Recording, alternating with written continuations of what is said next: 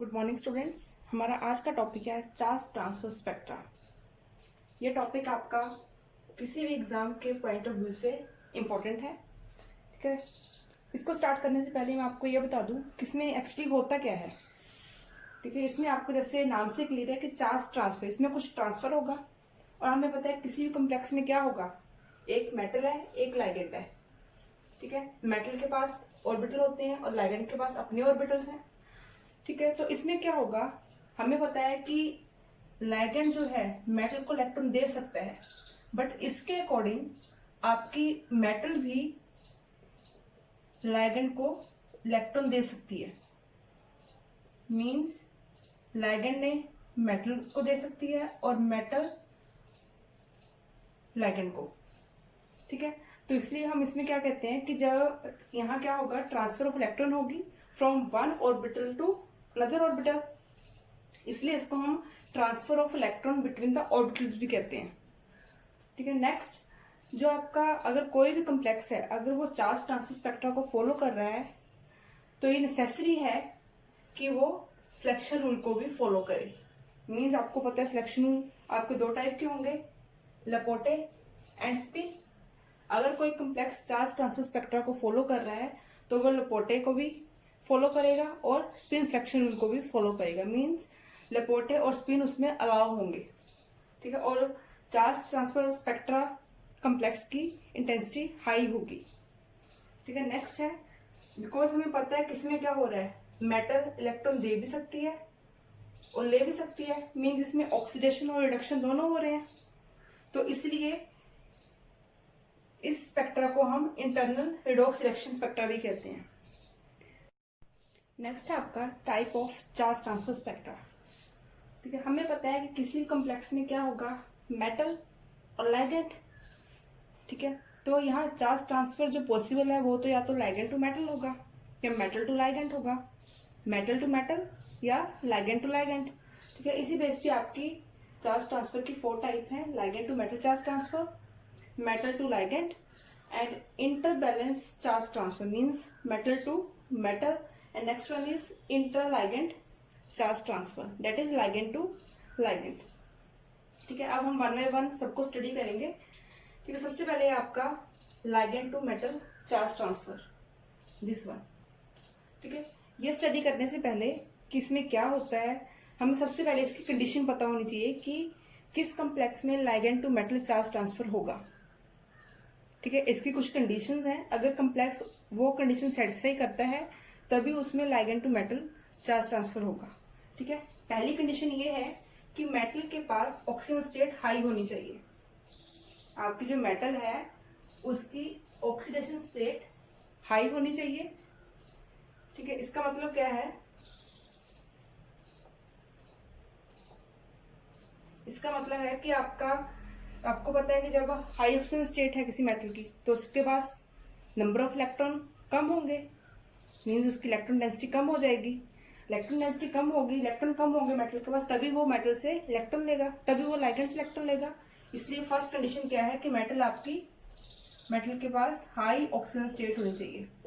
High oxygen state होगी, electron means कम होंगे, electrons कम है तभी वो अपने इलेक्ट्रॉन किससे लेगा, लाइगेंड से, ठीक है। सेकंड है कि ligand should have lone pair of electron.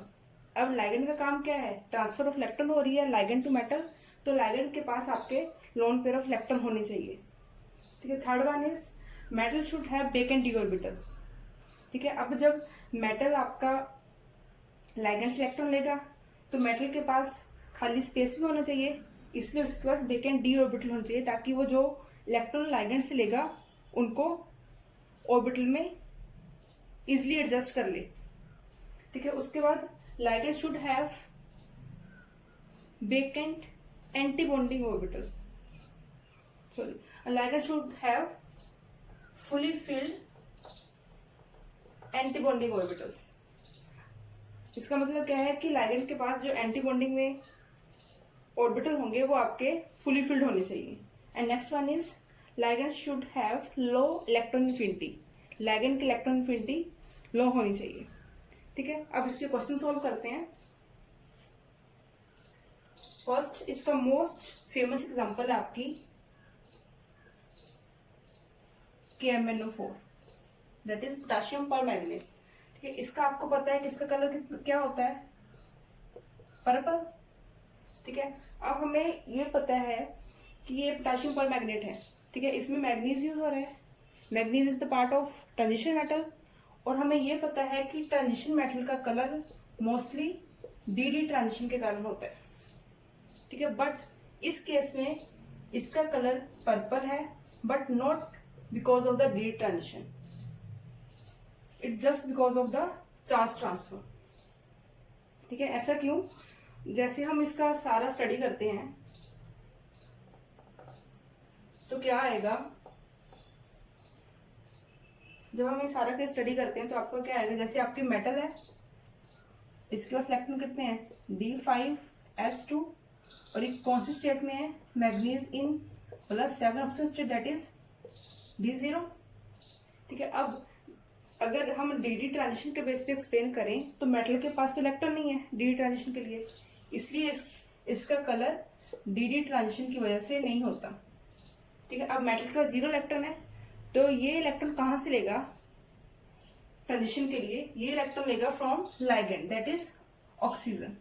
Oxygen से इलेक्ट्रॉन, ऑक्सीजन अपने इलेक्ट्रॉन ट्रांसफर करेगा मैग्नीज को, उसकी वजह से ये DD ट्रांजिशन शो करेगा और ये कलर देगा कौन सा, पर्पल। ठीक है, तो इसलिए हम ये कहते हैं कि जो पोटेशियम परमैंगनेट का कलर है वो किसके कारण होगा, चार्ज ट्रांसफर के कारण। अदरवाइज मैग्नीज के पास अपने इलेक्ट्रॉन नहीं है। ठीक है, वो इलेक्ट्रॉन किससे ले रहा है, मेटल से, इसलिए इसमें होगा कौन सा, ligand to metal charge transfer. ये आपके क्वेश्चंस हैं। ठीक है, ऐसा क्वेश्चन आपको मोस्टली हर एग्जाम में आ सकता है। ठीक है, तो इसमें क्या है, आपने ये बताना है कि जैसे आपको मैंने ये दे दिए, कंपाउंड दे दिए। ठीक है, आपने ये बताना है कि इन तीनों में से, ठीक है, किसमें चार्ज ट्रांसफर के लिए ज्यादा एनर्जी लग रही है, किसमें ज्यादा एनर्जी यूज हो रही है चार्ज ट्रांसफर के लिए। ठीक है, वैसे मैंने यहाँ आपको मेंशन कर दिया है कि ligand to metal charge transfer हो रहा है, बट अगर आपने निकालना तो कैसे निकालोगे। अब उसमें मैंने आपको एक कंडीशन बताई थी कि आपकी मेटल के पास ऑक्सीजन स्टेट हाई होनी चाहिए, मीन्स उसमें नंबर ऑफ इलेक्ट्रॉन कम होने चाहिए, तभी वो इलेक्ट्रॉन लाइगेंड से लेगा। तो जब आप इसकी निकालोगे, इसकी ऑक्सीजन स्टेट कितनी है, वैनेडियम की कॉन्फ़िगरेशन ये है, ऑक्सीजन स्टेट +5 है, तो D0, मतलब मेटल के पास अपना इलेक्ट्रॉन नहीं है, वो कहाँ से लेगा, लाइगेंड से, that is ligand to metal charge transfer. इसमें D0 ligand to metal, D0 ligand to metal. ठीक है, अब आपने ऑर्डर बताना है कि किसमें ट्रांसफर ऑफ इलेक्ट्रॉन के लिए ज़्यादा एनर्जी यूज हो रही है। ठीक है, वो कैसे बताओगे, मैंने आपको लास्ट वीडियो में एक कराया था, फैक्टर इफेक्टिंग द CFSE। ठीक है, उसके बेस पे हम इसको एक्सप्लेन करेंगे। आपको इस पता है इसकी ऑक्सीजन स्टेट +5, +6 एंड +7। ठीक है, जो मैंने केस किया था उसके अकॉर्डिंग क्या था, हाई द ऑक्सीजन स्टेट, ठीक है, ग्रेटर इज द CFSE, मतलब जितनी ऑक्सीजन स्टेट हाई होगी उतनी उसकी क्रिस्टल की स्टेबलाइजेशन एनर्जी ज़्यादा होगी, मीन्स उतनी ही मेटल की स्प्लिटिंग होगी। ठीक है, तो इस केस में देखो, सपोज कर लो कि ये आपका लाइगेंड है। ठीक है, ये second one and this is the last one.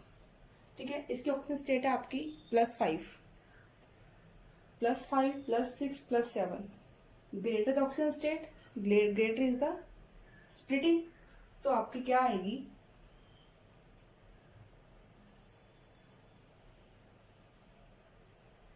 ये आपकी होगी वेनेडियम के केस में। ठीक है, इसमें +6 स्प्लिटिंग थोड़ी ज्यादा होगी, ये, और इस केस में आपकी स्प्लिटिंग मैक्सिमम।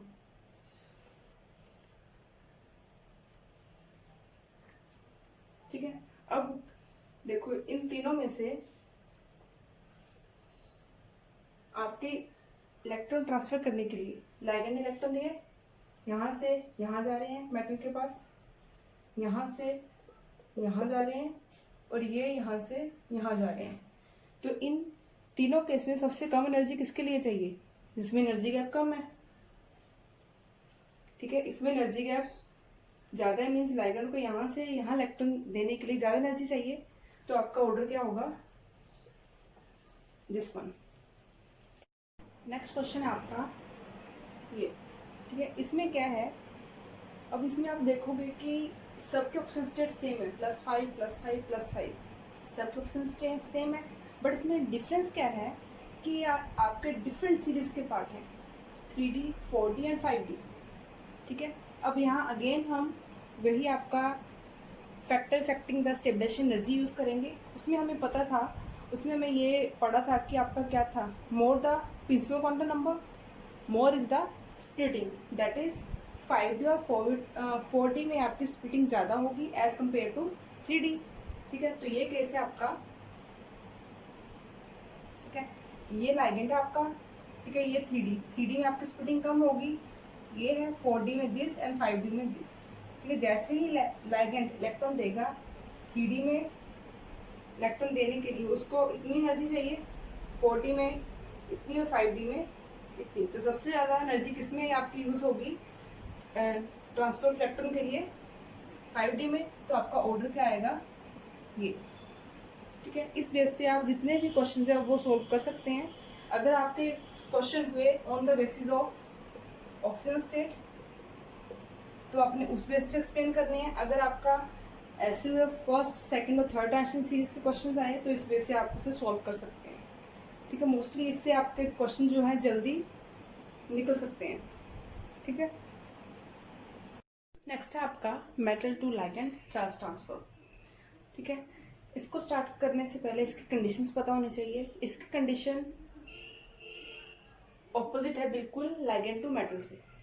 ठीक है, अब उसमें क्या था कि मेटल हाई ऑक्सीजन स्टेट होनी चाहिए, इसमें मेटल के पास लो ऑक्सीडेशन स्टेट होनी चाहिए और हाई नंबर ऑफ इलेक्ट्रॉन होने चाहिए। जब उसके पास खुद के पास इलेक्ट्रॉन होंगे तभी वो मेटल को लाइगेंड को इलेक्ट्रॉन दे सकता है। ठीक है, उसके बाद मेटल के पास फील्ड डी ऑर्बिटल होने चाहिए, लाइगेंड के पास एंटी बॉन्डिंग ऑर्बिटल होने चाहिए। उसके बाद next one is very important, इसमें क्या है कि लाइगेंड आपका गुड पाई सेप्टर होना चाहिए।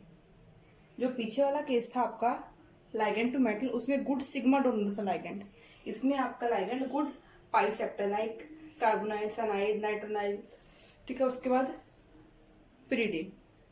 ठीक है, इसमें आपका कौन सा होना चाहिए? गुड पाई सेप्टर। जहां भी आपको कोई कम्प्लेक्स मिल गया, ठीक है, अगर उसमें गुड पाई सेप्टर लाइगेंड है तो मीन्स वहां आपका metal to ligand charge transfer होगा।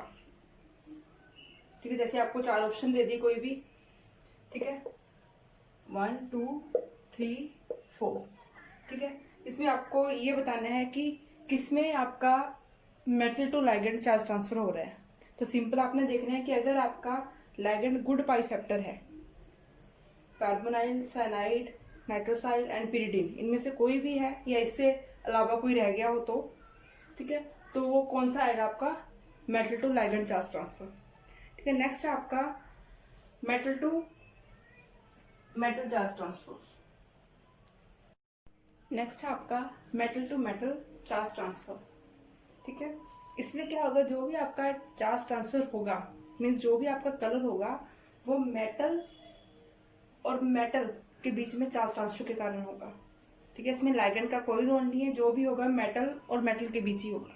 ठीक है, इसकी मोस्ट फेमस एग्जांपल आपकी पर्शियन ब्लू कॉम्प्लेक्स। ठीक है, इसमें क्या है, जैसे ये आपका कॉम्प्लेक्स है, इसकी फॉर्मेशन कैसे होती है? ये जो कॉम्प्लेक्स है ये आपका आयरन प्लस 3 ऑक्सीजन स्टेट से रिएक्ट करेगा। ठीक है, मतलब आयरन प्लस 2 ऑक्सीजन स्टेट में जब होगा वो 3 से रिएक्ट करेगा। ठीक है, और ये कॉम्प्लेक्स बनेगा। ठीक है, ये आपका कॉम्प्लेक्स है Persian blue complex.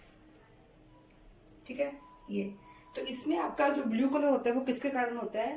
Because of metal to metal charge transfer, that is आपका आयरन 2 से आयरन 3 में चार्ज ट्रांसफर हो रहा है, उसके कारण इसका क्या हो रहा है? पर्शियन ब्लू कलर आ रहा है। ऐसे आपकी नेक्स्ट है रेड लेड, ठीक है, इसमें आपका क्या होता है, इंटेंस रेड कलर आता है because of the charge transfer, ठीक है, कहाँ से कहाँ, लेड +2 से लेड +4 में, ठीक है। नेक्स्ट है आपका ligand to ligand charge transfer, ठीक है, या हम ये कह सकते हैं कि इंट्रा लिगैंड चार्ज ट्रांसफर। तो जितने भी आपके बाय इनऑर्गेनिक कंपाउंड है, सबका कलर आपका ligand to ligand charge transfer की वजह से आएगा। Like haemoglobin, myoglobin, cytochrome, oxyhaemoglobin, oxymyoglobin, catalase, vitamin B12 या क्लोरोफिल, सबका कलर आपका ligand to ligand charge transfer की वजह से होता है। और ट्रांजिशन कौन सी होती है, हमेशा पाई टू पाई स्टार ट्रांजिशन। यहाँ से आपको डायरेक्ट क्वेश्चन आ सकता है कि जैसे कोई भी दे देंगे इनमें से कौन सी ट्रांजिशन हो रही है, जैसे साइटोक्रोम में कौन सी ट्रांजिशन हो रही है, तो आपकी वो आएगी पाई टू पाई स्टार ट्रांजिशन, ठीक है। अब हम इसके पीछे वाले क्वेश्चन सॉल्व करेंगे, ठीक है। ये कुछ क्वेश्चन हैं, इनको भी उसी वजह से सॉल्व करना है जैसे आपने अभी पीछे क्वेश्चन किए ligand to metal charge transfer के लिए, ठीक है। तो आपका ये फर्स्ट पार्ट है, दिस इज क्वेश्चन नंबर 1, ठीक है। इसमें क्या है, +5 ऑक्सीजन स्टेट, +6, +7। तो आपको पता है higher the oxygen state higher is the splitting, और जिसमें स्प्लिटिंग ज़्यादा होगी उसमें इलेक्ट्रॉन ट्रांसफर के लिए एनर्जी कम चाहिए। तो आपका ऑर्डर क्या आएगा, दिस, ठीक है। और जो सेकंड पोर्शन है ये आपको पता है, ये first series, second and third. तो डाउन द ग्रुप क्या होगा, साइज इंक्रीज करेगा, तो और स्प्लिटिंग आपकी ज़्यादा होगी। सबसे ज़्यादा स्प्लिटिंग किस में होगी, इसमें, सबसे ज़्यादा एनर्जी आपको इस केस में चाहिए, ठीक है। ये आपके थे क्वेश्चंस, ऐसे ही आप बाकी क्वेश्चन सॉल्व कर लेना, अगर नहीं हुए तो बता